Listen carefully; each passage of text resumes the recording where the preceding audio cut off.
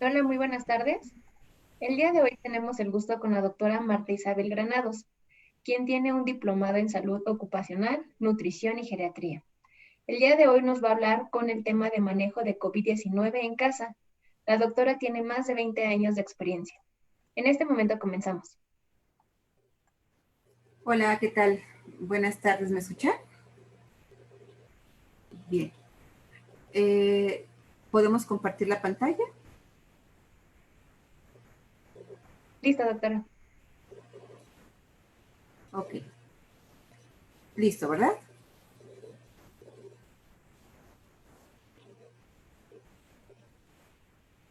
Bien. Vamos a empezar con el tema que nos pidieron para el día de hoy, agradeciendo a la señorita licenciada Luisa Mendoza por la invitación y con el agrado de estar con ustedes en este momento y poder compartir un poco de esta información con ustedes. Primero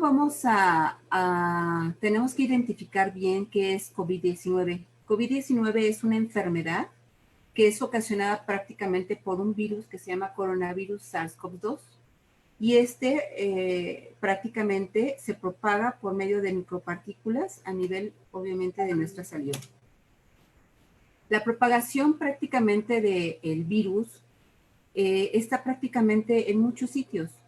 Si mencionamos que la propagación son por micropartículas, cuando hacemos nuestra vida diaria, nos tenemos que transportar prácticamente en varios medios de transporte y hay muchos que pueden ocupar obviamente el metro, camión, etcétera. Y nos damos cuenta con esta imagen cómo es tan fácil de contagiarnos, ¿no? No tenemos prácticamente una distancia, estamos ocupando el celular, estamos tomándonos de un tubo en donde miles de manos han pasado por ahí y que forzosamente tenemos que ocuparlos, ¿no? Al mismo tiempo, cuando vamos por nuestros víveres, la persona, el familiar que sale de casa por ir por los víveres, también nos encontramos con esta situación en donde hay mucha gente, no traen cubrebocas, no hay las medidas de higiene que se nos han mencionado en muchas ocasiones. Y es por eso es que cuando vamos también al trabajo, a veces había juntas o hay juntas, en donde si se dan cuenta tampoco hay una distancia. Muchas personas en esta junta se están manipulando la cara, están tocando prácticamente cara, documentos, plumas, etcétera, que hay una movilidad importante de esta y también es una forma fácil de contagiarnos. La persona que prácticamente salió de casa a trabajar o por víveres, y llega prácticamente a la familia y esa persona es la que va a contagiar al resto de la familia. Por eso es sumamente importante que cuando regresemos de algún lugar externo, ya sea por los víveres o al trabajo, tengamos un baño, nos cambiemos de ropa, nos quitemos el cubrebocas y poder obviamente tener esta convivencia con la familia para no llevar prácticamente el virus a la familia. Prácticamente de los errores que estamos cometiendo en una forma considerable, uno es el mal uso del cubrebocas, en donde no estamos ocupándolo cubriendo nariz y boca, ¿no? A veces lo traemos abajo prácticamente.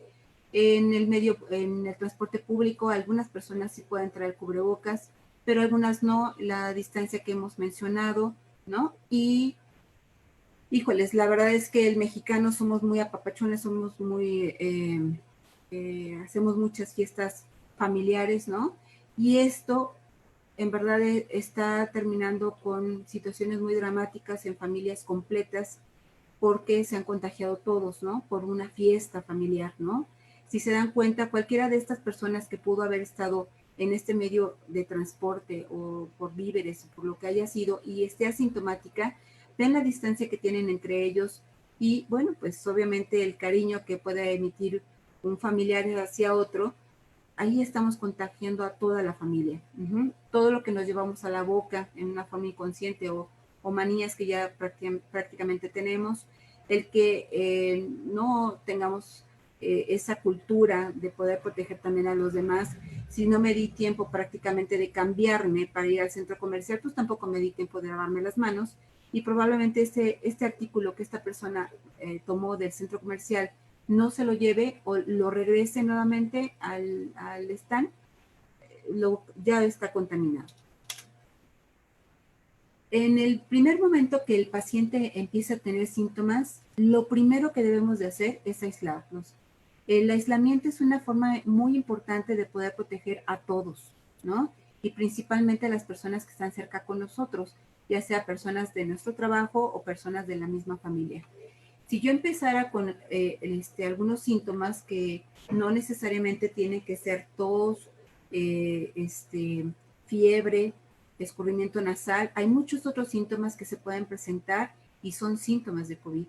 Entre otros síntomas que yo les puedo mencionar que han sido muy frecuentes en la presentación, hay personas que inician con diarrea, con dolor de cabeza, mucha somnolencia, agitación, granitos, algunos granitos que pueden presentar en parte de su cuerpo, sin necesidad de tener fiebre. Hay pacientes que pueden tener hipotermia. ¿Qué quiere decir hipotermia? Que en lugar de tener fiebre, tiene la disminución de la temperatura normal. Y estos son también síntomas de COVID en donde pierden el olfato, el gusto. Entonces, al inicio de cualquiera de estos síntomas, lo primero hay que aislarnos e inmediatamente colocarnos un cubrebocas.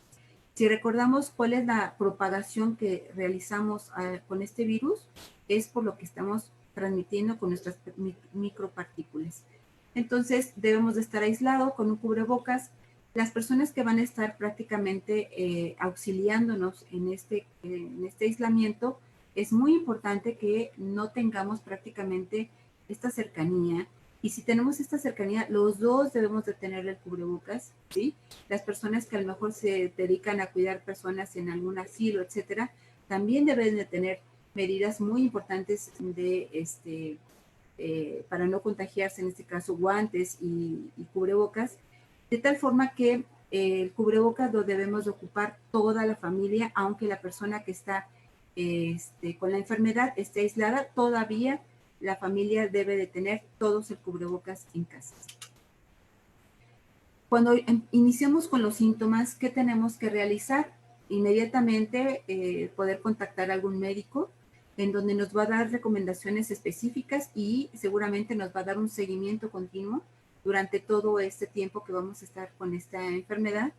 Y esta bitácora que debemos de llevar va a ser de utilidad sumamente importante para el médico para poder saber si el paciente está evolucionando satisfactoriamente o empieza a tener alguna complicación en donde nos dé un foco rojo que tengamos que enviar al paciente a un hospital. Esta bitácora debe de incluir la presión arterial, la frecuencia cardíaca, que también nos lo proporciona prácticamente el aparatito que nos toma la presión, y también el oxímetro, la temperatura, un oxímetro, que el oxímetro nos valora la saturación de oxígeno, también el pulso, y también es importante mencionar en esta bitácora los síntomas que voy presentando en la mañana y en la noche. Esta bitácora debe de tener un registro matutino y vespertino para que podamos ver cómo va evolucionando el paciente progresivamente. La Organización Mundial de la Salud prácticamente nos ha mencionado que sí podemos ocupar otro tipo de cubrebocas, no solamente N95. Por supuesto, el N95 es el más eficaz para poder tener esta protección. Sin embargo, la OMS prácticamente nos ha ayudado para poder tener otro tipo de cubrebocas y nos ha mencionado que los cubrebocas de algodón pueden ser útiles y los podemos hacer en casa y los podemos estar lavando y estar reutilizándolos. Es muy importante que el cubrebocas que ocupemos sea de nuestro tamaño, se ajuste con nosotros, porque en el momento que no lo hace, estamos hablando y se nos está bajando y entonces nos lo estamos manipulando cada rato este cubrebocas y lejos ya de ser un objeto protector, está siendo ya un factor de riesgo para nosotros, porque todo el tiempo me voy a estar llevando las manos al cubrebocas para estar acomodándolo y entonces me puedo estar contaminando si yo salí a algún lugar y mis manos están tocando ojos y parte de la boca. Si por alguna razón tengo que movilizar mi cubrebocas para acomodármelo, tengo que primero lavarme las manos y poder manipularlo prácticamente de la parte del resorte donde está la oreja, pero no de la parte que tenemos prácticamente la tela del cubrebocas. El lavado de manos es sumamente importante. Si nosotros nos lavamos las manos, tiene que ser con una técnica específica para poder matar las bacterias que traemos en las manos. Este lavado no debe de durar no menos de 20 segundos, ¿sí? Y el lavado de manos debemos de ocupar jabón. Muy importante que ocupemos jabón. Cualquier tipo de jabón, no es necesario alguna marca en específico. Debemos de hacerlo en una forma vigorosa, fuerte, ¿no? Lavando con las manos, con la palma de las manos, fuerte, en la parte anterior, entre los dedos y prácticamente las uñas también. El enjuague también debe de ser de la misma forma para poder eliminar el exceso de jabón que tenemos, para poder evitar las dermatitis que ahorita ya tenemos muchos pacientes con dermatitis por contacto. Esta tabla es sumamente importante poderla entender. Tenemos una fase muy importante de la enfermedad en donde estamos en un periodo de incubación. El periodo de incubación es cuando una persona se puede haber infectado con otra y estar asintomático. Y este periodo puede durar hasta 14 días.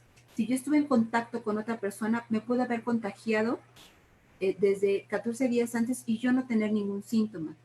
El paciente que inicia ya con los síntomas es a partir del día 0 y normalmente empieza a presentar en los primeros 3, 4 días hasta el día 10 fiebre.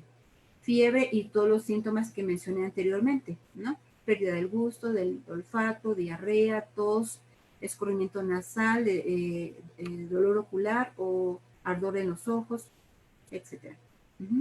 Y durante este tiempo, por eso estas curvas son muy importantes de saber qué significan. En el momento que yo tengo el inicio de los síntomas, lo ideal es que yo no me tome la prueba ese mismo día que inicié con los síntomas, porque probablemente pueda ser un falso negativo. Lo ideal es que yo me tome la prueba a partir del día 10. Si se dan cuenta, está aquí una curva, ¿sí? A partir del día 10, aquí está el día 7, del día 10 es el pico máximo que tiene de estimulación o de liberación de anticuerpos nuestro organismo, en donde la IgM está presente y eso nos da a denotar que la infección está activa en este momento y empieza a liberarse la IgG a partir del día 7, pero todavía puede ser que no salga. Entonces, en estas pruebas rápidas que tenemos IgG e IgM, si se dan cuenta, si yo la tomo al día 10, ya me van a salir positivas ambas, ¿de acuerdo? La IgM es prácticamente la que debe desaparecer cuando yo me tomo nuevamente otra prueba, y la que debe de prevalecer es la IgG, que es la prueba que prácticamente nos habla de que tenemos ya una inmunidad con esto, con esta enfermedad. El paciente que tenemos o el familiar que tengamos en casa, es muy importante que no todo el tiempo esté acostado. El paciente tiene que tener movilidad. Esta movilidad le va a favorecer para que no haya más proceso inflamatorio en su organismo. El virus nos produce un proceso inflamatorio generalizado, no solamente en la vía respiratoria. También hace un proceso inflamatorio a nivel vascular, a nivel respiratorio, a nivel del sistema nervioso central, y esto nos va a ocasionar algunos síntomas. Sin embargo, si yo tengo una movilidad, le estoy ayudando a mi organismo a poder fortalecer mi sistema inmunológico y evitar a tener otro tipo de complicaciones como estreñimiento o dolores articulares o musculares por una posición constante. Entonces, estos movimientos tan fáciles que podemos hacer en casa, no necesitamos prácticamente algún tutorial para poder hacerlos, que son los movimientos fisiológicos o naturales que tenemos del cuello, ¿no? Los estiramientos que podemos hacer, eso también lo puede hacer el adulto mayor, lo puede hacer desde su casa.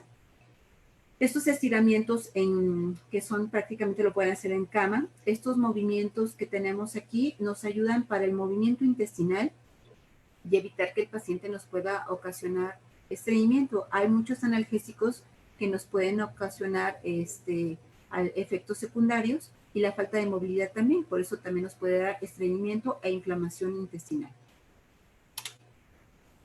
Son otros ejercicios que también estamos recomendando, ¿sí? Y estos son prácticamente para fortalecer músculos que podemos tener, que son accesorios para el área torácica, y movimientos también importantes para la gente que prácticamente, que a pesar de que puede estar aislada y que tiene que seguir trabajando en casa con la computadora, estos ejercicios les favorecen para evitar que hayan más procesos inflamatorios en su cuerpo. El descanso es muy importante que tenga el paciente, sin embargo, no tiene que ser todo el tiempo. El paciente, por supuesto, que está con un proceso infeccioso, se siente cansado. Este cansancio puede ser durante el día, ¿no? Y en la noche.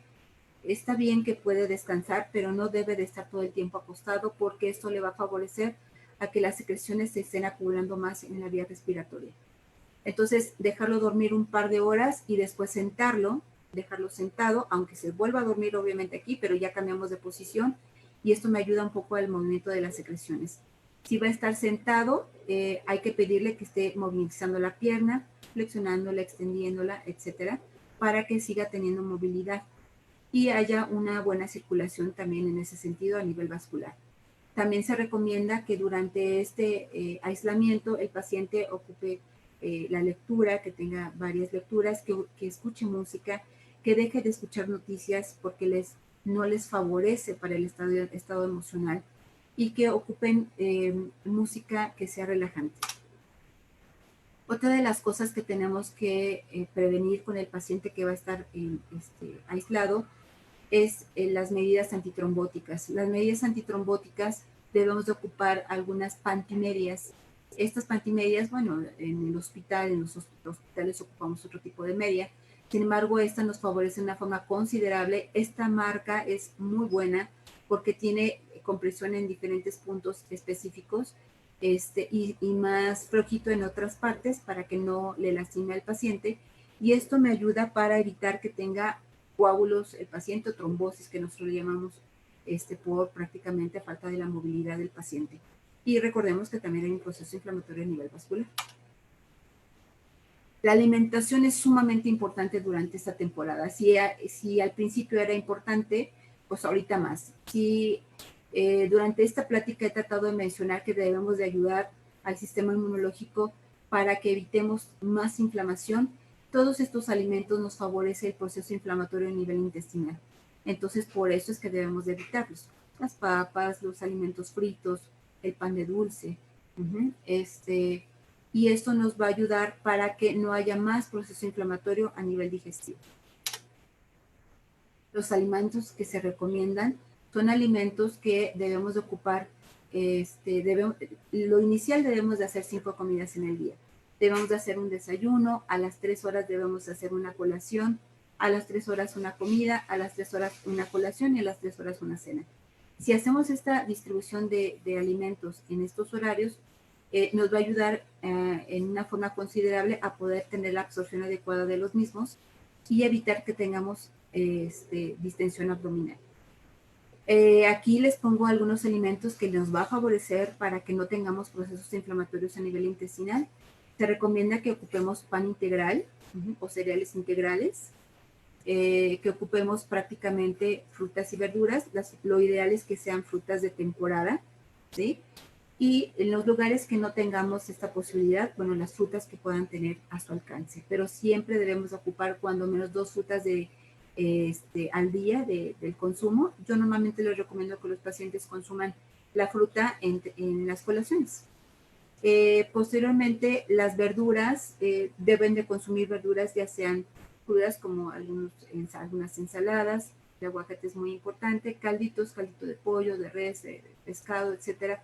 Las semillas también son importantes. Un puñito de estas semillas diario nos va a favorecer mucho a muchos nutrientes que en este momento requiere nuestro sistema inmunológico, que estamos hablando de la almendra, del cacahuate, de la nuez, del pistache, etcétera. También la miel se ha comprobado ya a nivel científico que la miel nos favorece de una forma considerable para la vía respiratoria, pero ojo, no debemos de exceder más de 2 cucharadas de miel al día. Dentro de los cereales, del grupo de los cereales que ocupamos, lo ideal es que ocupemos tortilla o pan integral. Es muy importante que ocupemos estos dos productos para nuestra alimentación y no nos inflamen nuestro intestino.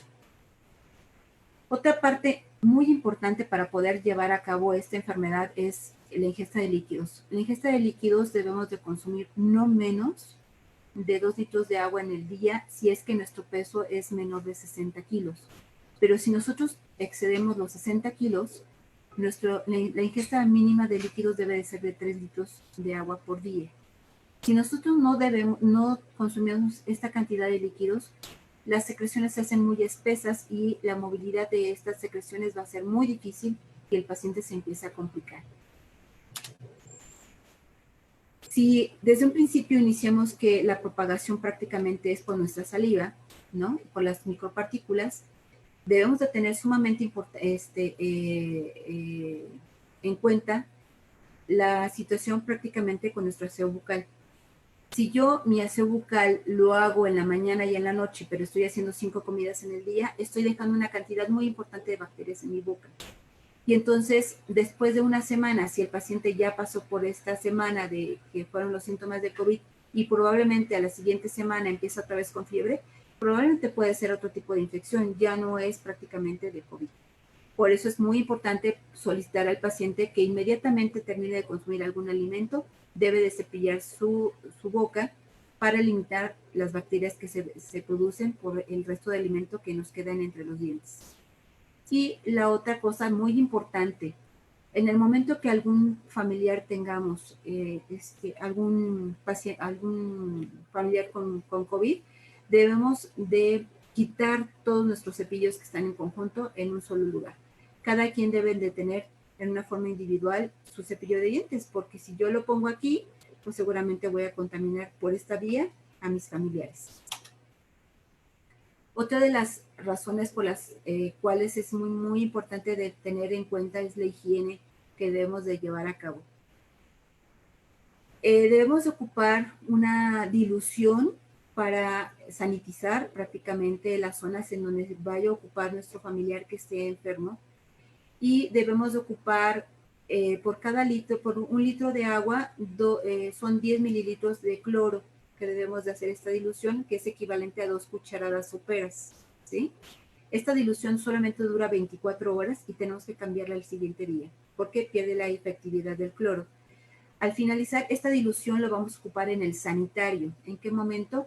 Cada vez que algún familiar entre al sanitario y terminando de hacer sus necesidades, debe de rociar desde arriba esta dilución para poder sanitizar toda esta zona, ¿sí? Y ocupando, por supuesto, el cubrebocas. La ropa de la persona que está infectada, ¿qué tenemos que hacer con ella? Se le solicita al paciente que cuando se vaya a bañar en la regadera ya tenga una cubeta con agua y con jabón, para que ahí mismo en la regadera se desvista y coloque inmediatamente su ropa en esta cubeta para que lo inactive el jabón a este virus, y entonces la manipulación de esta ropa ya no sea infectante para la gente que la vaya a lavar. Debemos de estar ocupando guantes, es muy importante que ocupemos guantes y que estemos haciendo las superficies, ¿sí? Dependiendo en los lugares en donde estemos, hay lugares en donde tenemos un poco más de polvo que en otros, pero cuando menos tenemos que hacer este aseo una vez al día, agua y jabón es suficiente, sino con cloro. Es muy importante que no juntemos cloro y jabón porque se inactivan ambos y no estamos haciendo lo que estamos queriendo hacer, que es desinfectar. La manipulación de los alimentos también es muy importante. Si yo traigo del centro comercial o de algún otro lugar la verdura que voy a ocupar y solamente la enjuago, aquí estoy yo contaminando mis alimentos porque no los lavé con agua y con jabón, ¿sí? Y aquí también puedo contagiarme y contagiar a los demás por la falta de manipulación por la falta de higiene que no hicimos adecuada con estos alimentos. Hay que enjuagar con abundante agua. Y las verduras debemos de cocerlas no más de 8 minutos, pero no menos de las mismas, para evitar que pierdan las propiedades de las verduras. Cuando ya tenemos prácticamente las indicaciones de nuestro médico con los medicamentos que nos está proporcionando según a nuestros síntomas que vayamos teniendo, si tenemos síntomas respiratorios, es muy importante que llevemos la fisioterapia pulmonar. Si no tenemos prácticamente esta fisioterapia, que es una rehabilitación pulmonar, es muy difícil que el paciente tenga una mejoría considerable en las primeras 15 días.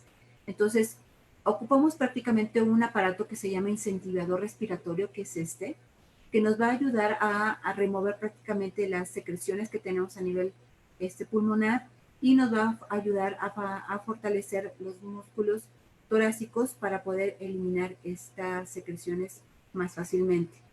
También al término de estos ejercicios se le pide a un familiar que hagan palmopercusiones en toda su espalda para que nos ayude a desprender las flemas que están atoradas prácticamente en el área pulmonar. Y debemos de hacerlo con la mano en conchita, así como cuando le sacamos el aire a los bebés.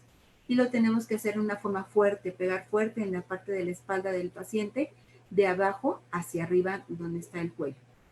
Aproximadamente unos 5 o 10 minutos, 3 veces en el día. Eso le ayuda mucho al paciente para poder movilizar las secreciones a nivel pulmonar. Otra situación es muy importante que debemos de tomar en cuenta y que es la que menos estamos quizás viendo, son las emociones del paciente. En el momento que el paciente se sabe con COVID, inicia un miedo terrible, empezamos a tener muchos pues, pensamientos negativos y nos empezamos a deprimir más de las cosas que ya tenemos, tanto sociales como generales.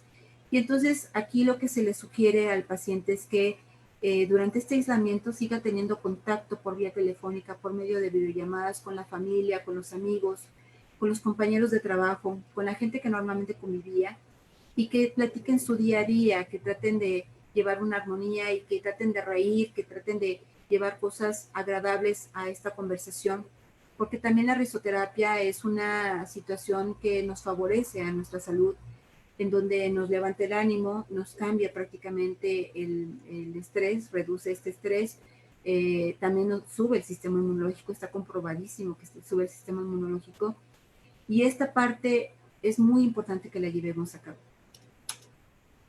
En resumen, prácticamente tenemos 6 cosas que debemos de hacer con nuestro familiar o paciente que tenemos en casa con COVID.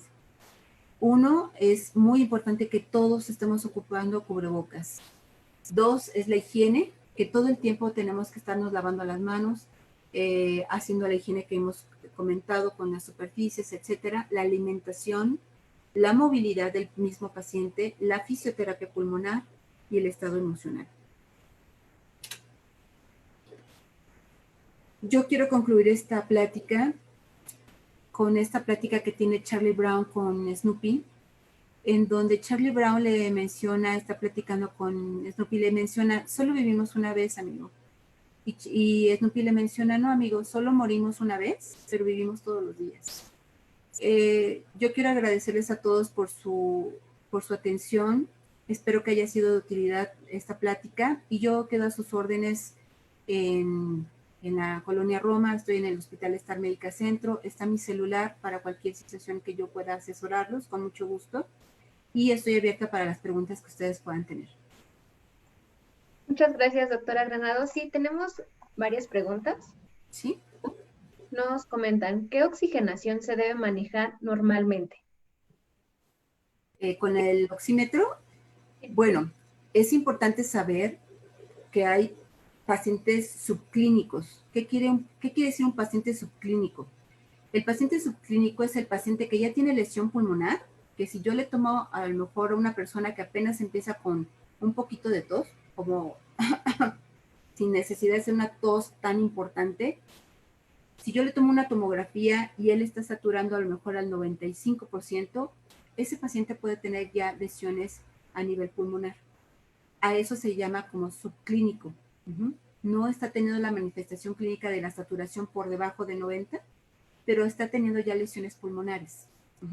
La saturación normal que debemos de ocupar aquí en la Ciudad de México debe de ser entre 95 a 97%. Es muy difícil que lleguemos al 100% aquí en la Ciudad de México. Gracias, doctora Granados. Tenemos otras preguntas. Uh-huh. ¿En qué forma debe de acudir a los laboratorios del enfermo si es necesario salir del aislamiento para estudios? Lo ideal es que ocupe el paciente una mascarilla N95 y no se la retire en ningún momento. Y también es importante que la ocupe antes de que salga, que esté con ella como un par de horas en la casa, porque es muy frecuente que el paciente cuando llega al hospital se está manipulando porque o le queda flojo el sostén prácticamente del resorte de la mascarilla, y entonces eso le provoca que se esté manipulando constantemente y estamos perdiendo la efectividad. Entonces aquí el objetivo es que el paciente esté completamente sellado nariz y boca, ¿sí? Y lo ideal es que ocupe una mascarilla N95 o en su defecto, si no hay posibilidades de tenerlo, que ocupe un doble cubrebocas de tela, igual que al momento de que él hable no se vaya bajando. Gracias, doctora Granados. Tenemos otras preguntas. Para evitar contagios, ¿es necesario hacerse la prueba de COVID? No necesariamente. En el primer momento que yo tengo un familiar que tengo con COVID, toda la familia ya no puede salir. Es muy frecuente que me pregunte el paciente, doctora, yo tengo a mi bebé que tiene 3 años y mi esposo y yo estamos contagiados, pero se lo voy a llevar a mi mamá. Su bebé ya es portador. Entonces ese bebé ya no puede salir de ese domicilio porque va a llevar la enfermedad al otro hogar y va a contagiar a la otra familia. Gracias, doctora Granados. Tenemos otras preguntas.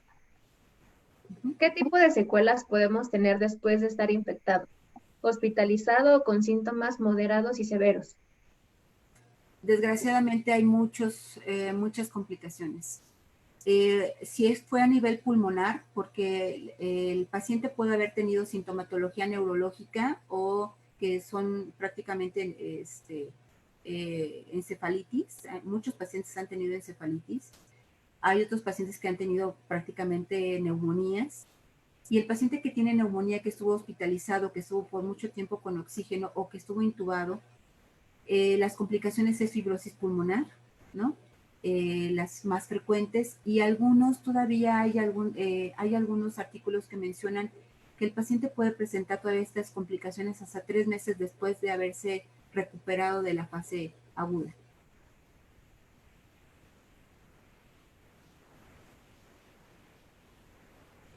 Gracias, doctora Granados. Tenemos otras preguntas. ¿Con qué frecuencia se tienen que lavar los cubrebocas reutilizables? Ok, muy buena pregunta y a mí yo lo olvidé en la presentación.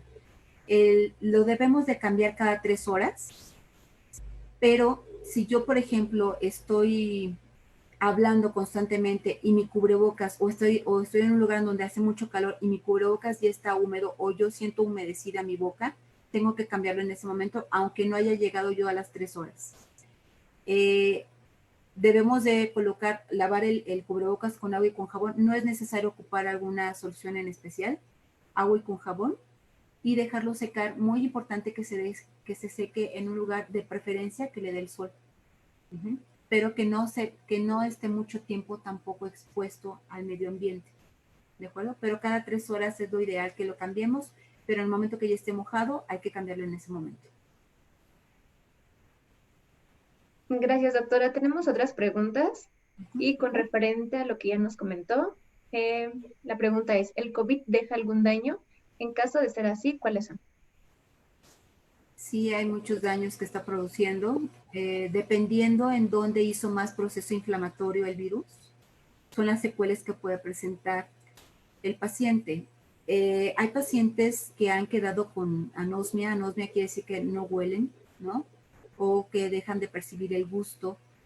La mayoría, casi el 90%, recuperan estos dos sentidos a partir de los 7 días. Pero hay pacientes que prácticamente en algunos artículos mencionan que llevan 3 meses y que no han recuperado al 100% estos dos sentidos. Otra de las complicaciones que se han visto es no es la pérdida de memoria, pero sí es la cefalea. Hay pacientes que pueden presentar como retraso en la sinapsis de las neuronas, en donde quieren decir algo, por ejemplo, no sé, yo te quiero decir, mira qué bonita planta es la que está atrás de ti, y tardo en decirte, porque tengo en la mente que quiero decir planta, pero no puedo decirla. Tarda un poquito de tiempo, segundos, y ya después sí te lo puedo decir. Eso también es parte de las complicaciones. También una de las complicaciones que están siendo muy evidentes es la depresión en el paciente con COVID, la ansiedad, en donde tienen miedo prácticamente a salir, a volverse a infectar, y normalmente son personas que tuvieron muy duro la enfermedad, que tuvieron que ser hospitalizados, o que fue una situación muy difícil en la familia, o que perdieron algún familiar.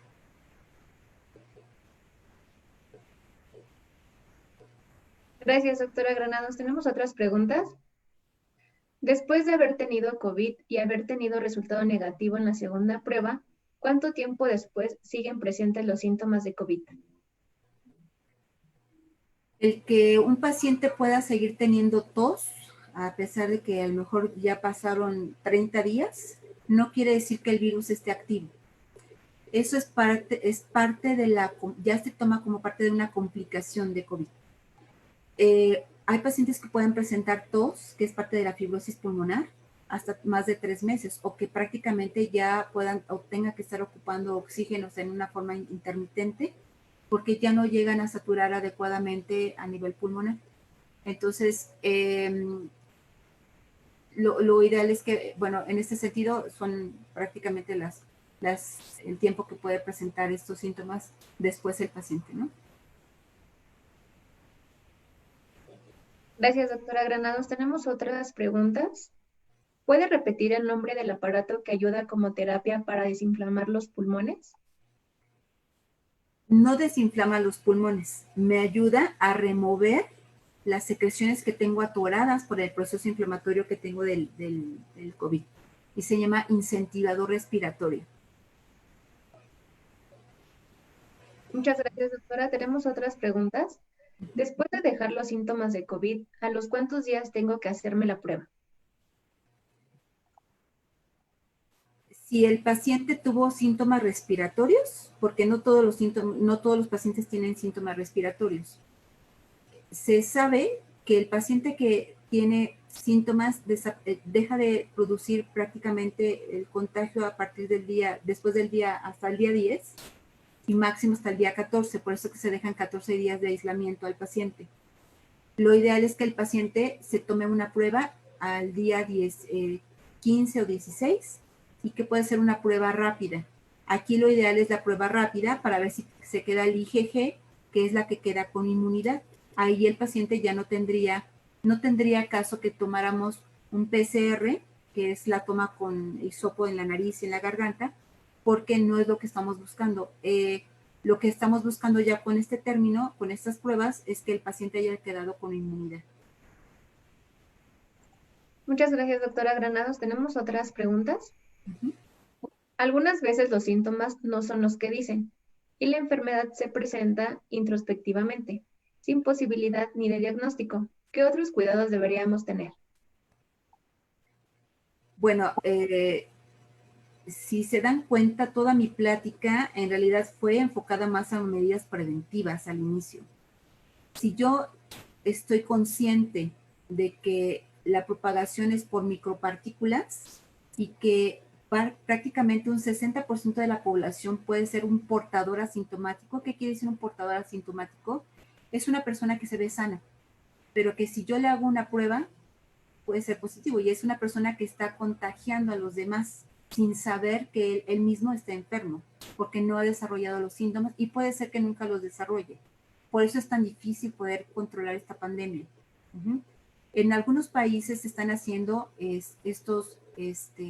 las pruebas prácticamente para poder determinar en varias empresas, a pesar de los pacientes que estén asintomáticos, ahí detectar a los pacientes que pueden ser portadores y ahí en ese momento se aíslan.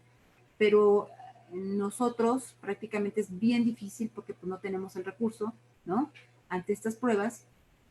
y eso nos hace más susceptibles. Entonces, lo ideal es que todos estemos ocupando cubrebocas, ¿no? La distancia que nos está mencionando. Hay mucha gente que me ha preguntado también, doctora, ¿me puedo ir a correr? ¿No? Sí, a lo mejor sí se puede ir a correr, pero con su cubrebocas. Definitivamente se va a sentir sofocado porque no es lo mismo que yo esté respirando, haciendo ejercicio sin un cubrebocas que con un cubrebocas. Pero si yo una persona que traigo adelante está corriendo, se ha visto que las micropartículas al momento que esa persona va corriendo y ante el aire o lo que cualquier cosa que esté movilizando esas micropartículas, yo voy en la parte de atrás o en la parte delantera de esta persona, me va a contagiar si yo no traigo cubrebocas y si la otra persona tampoco trae cubrebocas. Por eso es que la clave es el uso de cubrebocas y la distancia. Definitivamente es eso y el aseo de manos, para evitar llevarnos las manos a la cara. Muchas gracias, doctora Granados. Tenemos otras preguntas. ¿Los pacientes con COVID hacen algún tipo de inmunidad? Sí. Sí, hacen esta inmunidad. Los últimos artículos que se han mencionado, los pacientes que en menos tiempo ha durado con la inmunidad han sido 6 semanas y el paciente que más ha durado con inmunidad han sido 4 meses, perdón, 3 meses. Entonces, ¿nos podemos volver a reinfectar? Sí, sí nos podemos volver a reinfectar porque no sabemos cuánto tiempo nuestra inmunidad va a durar con nosotros. Muchas gracias, doctora Granados. Tenemos otras preguntas. Si ya tuve COVID, ¿me puede volver a dar? Sí, es lo que acabo de mencionar, sí, sí nos puede volver a dar. Por eso es de que el paciente que está dado de alta no quiere decir que como pensando que ya es inmune, ya no le va a pasar nada, ¿sí? Sí le puede volver a dar. Y por eso es importante que sigan teniendo, puede salir del confinamiento, ¿no? Del aislamiento, pero sí, debe de seguir obviamente con las distancias que están recomendadas y con todo lo demás, el uso de cubrebocas, el aseo, etcétera, ¿no? Gracias, doctora Granados. Tenemos otras preguntas. Si uno se vuelve a contagiar, ¿la enfermedad será más leve o más fuerte? Va a depender cómo está nuestro sistema inmunológico. Por eso es de que, si se dan cuenta, en la plática les mencioné mucho sobre el ejercicio, la movilidad, sobre la alimentación y las situaciones emocionales. Y obviamente el dormir bien, aquí ya no les mencioné este caso, pero el que nosotros no estemos durmiendo bien también nos baja nuestro sistema inmunológico. Estas 4 cosas, si yo las tengo no controladas en mí, o sea, si yo no estoy comiendo bien, si yo no estoy durmiendo bien, si yo no estoy haciendo ejercicio y yo estoy muy estresado, si conjunto estos, estoy haciendo una balanza negativa hacia mi sistema inmunológico y sí me puede dar más fuerte nuevamente un nuevo contagio. Pero si yo tengo todo esto dominado y continúo con estas medidas, seguramente será como una gripa y nada más. Muchas gracias, doctora Granados. Tenemos otras preguntas. En la nueva normalidad, si se usan caretas protectoras, ¿se debe usar cubrebocas? Sí, ¿Recomienda el uso de las dos protecciones? sí. De hecho, tienen 2 fines diferentes. El cubrebocas, ese todo el tiempo lo vamos a tener que ocupar. ¿Por qué? Porque el cubrebocas, porque recuerden que si yo estoy hablando, estoy desprendiendo esas micropartículas, ¿sí? Y yo puedo contagiar a una persona hasta 1,5 metros, 2 metros máximo. Si yo toso, pueden ser hasta 2 metros. Por eso es el uso de cubrebocas. La careta tiene la función de que no me esté manipulando yo la cara y me proteja parcialmente también los ojos. Pero esa es la funcionalidad de la careta, que no toque yo mi cara. Muchas gracias, doctora Granados. Tenemos otras preguntas. ¿Cuál es la manera idónea de convivir en una pequeña reunión? Con cubrebocas, no más de, si es un lugar pequeño, normalmente a lo mejor un departamento de 60 metros cuadrados, ¿no? En una sala que es pequeñita, pues ahí no pueden haber más de 4 personas. En el momento que se sugiere cuando pues tienen que consumir algunos alimentos, a lo mejor van a comer juntos, ¿no? Que prácticamente tengan una distancia un poco considerable al término de su de la comida, perdón, su aseo bucal, se pongan el cubrebocas y pueden seguir su convivio, ¿no? Muchas gracias, doctora Granados. Tenemos otras preguntas. ¿Existen algunas vitaminas para fortalecer el sistema inmune para evitar el COVID? Bueno, sí se han hablado de muchas vitaminas que ya prácticamente hay una que no es vitamina, ya no se considera vitamina, sino es una hormona, que es la vitamina D. La vitamina D nos sube mucho el sistema inmunológico. Sin embargo, no quiero dejar el mensaje de que debemos todos de consumir vitamina D. Nosotros mismos producimos la vitamina D por medio de los rayos del sol, que prácticamente la producimos al 90%. Por eso es importante asolearnos todos los días, cuando menos unos 15, 20 minutos. Esto nos va a favorecer que nosotros produzcamos esta vitamina D.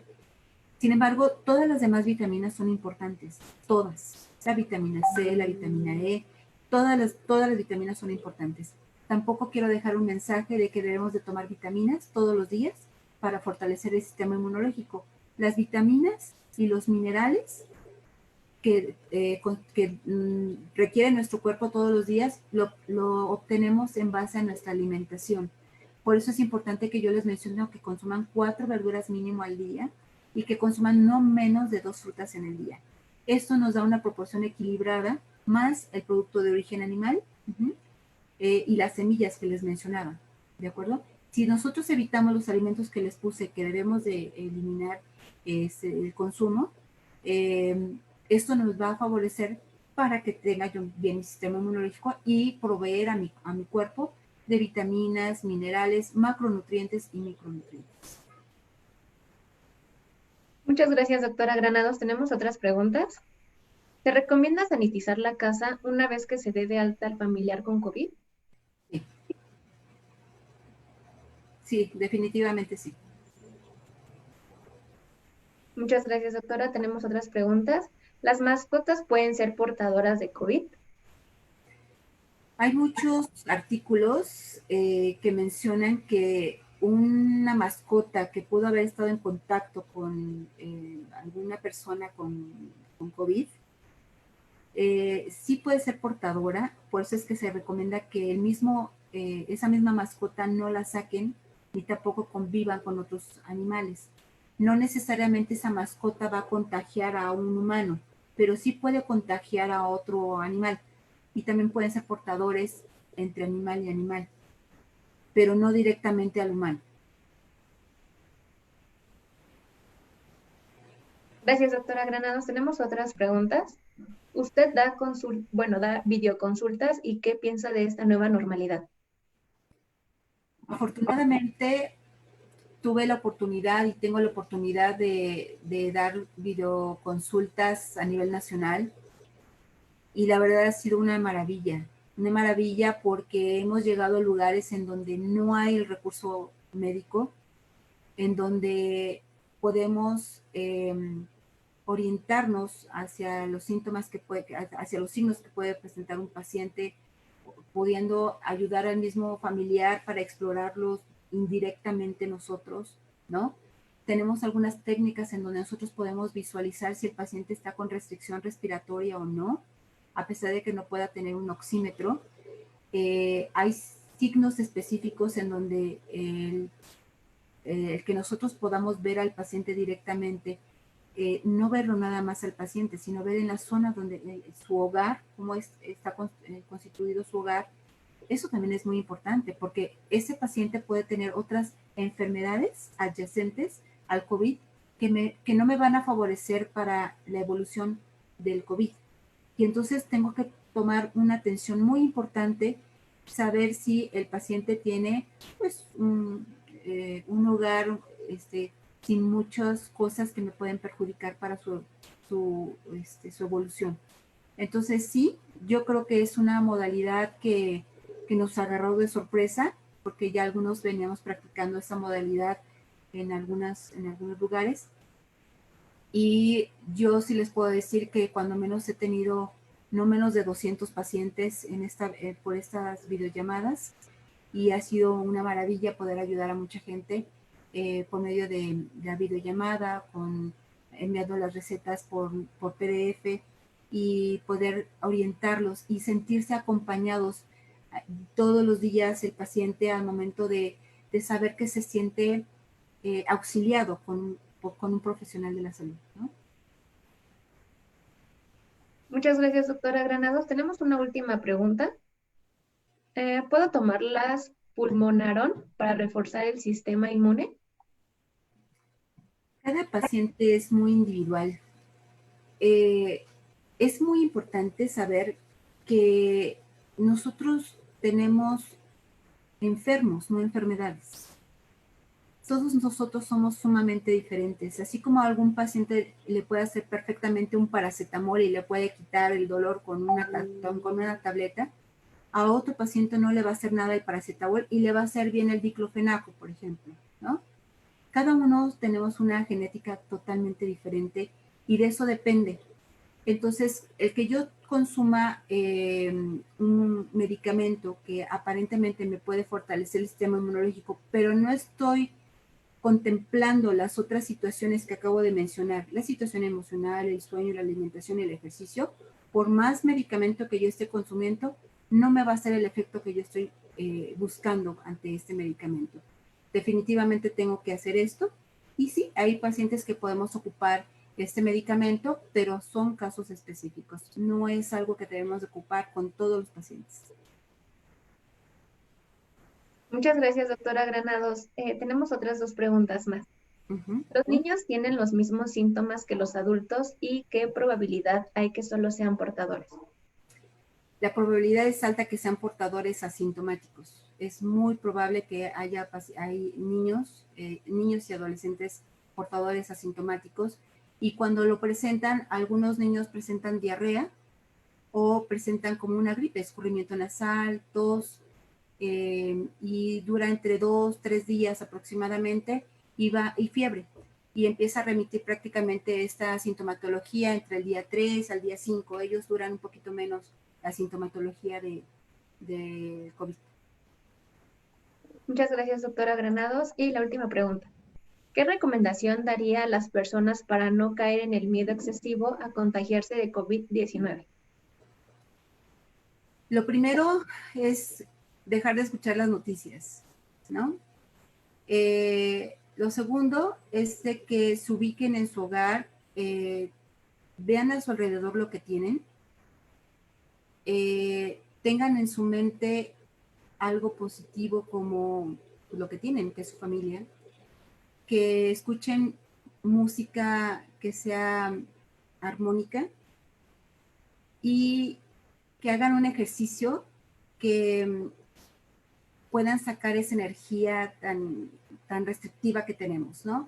Como tratar de golpear algo, por ejemplo, ¿no? O hacer movimientos como de fuerza, como de enojo, que es la forma como podemos liberar esa frustración que tenemos, ese enojo que tenemos ante lo que estamos viviendo y que no sabemos por qué nos está pasando a todos esta situación a nivel mundial y no sabemos si fue una situación divina o alguna otra situación, pero es importante poder sacar esa adrenalina que traemos para poder mediar este estrés que estamos viviendo a nivel general, ¿no? Y hacer videollamadas. Estas videollamadas con la familia son muy fortalecen mucho, mucho al paciente, ya sea con los amigos o con la familia, y que platiquemos. La plática de lo que yo siento en ese momento le puede ayudar a otra persona que cree que a lo mejor yo me siento muy bien y yo no quiero expresar algunas cosas, pero al momento de la plática se torna esta confianza de poder decirle en realidad lo que siento. Al momento de poder hablar lo que siento, disminuyo esta ansiedad y este estrés que estamos viviendo. Muchas gracias, doctora Granados. ¿Gusta finalizar con algunas recomendaciones? Solamente yo quiero pedirles a todos que seamos conscientes que no nada más nos cuidemos a nosotros, hay que cuidar también a todos los demás. A la persona que pasa fuera de nuestra casa, no sabemos en qué momento va a regresar este virus a nosotros. Entonces, no sintamos el dolor de la otra persona, vivámoslo junto con ellos y seamos responsables. Cuando salgamos a algún lugar, por favor, ocupemos un cubrebocas, cubrámonos nariz y boca y evitemos tener convivios en una forma masiva, ¿no? Tener un poquito más de control en ese sentido y disfruten su vida. En verdad, todos el día de hoy podemos estar bien, el día de mañana no lo sabemos. Entonces disfrutemos lo que tenemos el día de hoy y yo les agradezco mucho que me hayan escuchado y espero que haya sido de de gran ayuda a esta información que yo comparto con ustedes. Muchas gracias, doctora Granados, por su participación y los esperamos en el siguiente Facebook Live. Que tengan buen día. Buen día, hasta luego.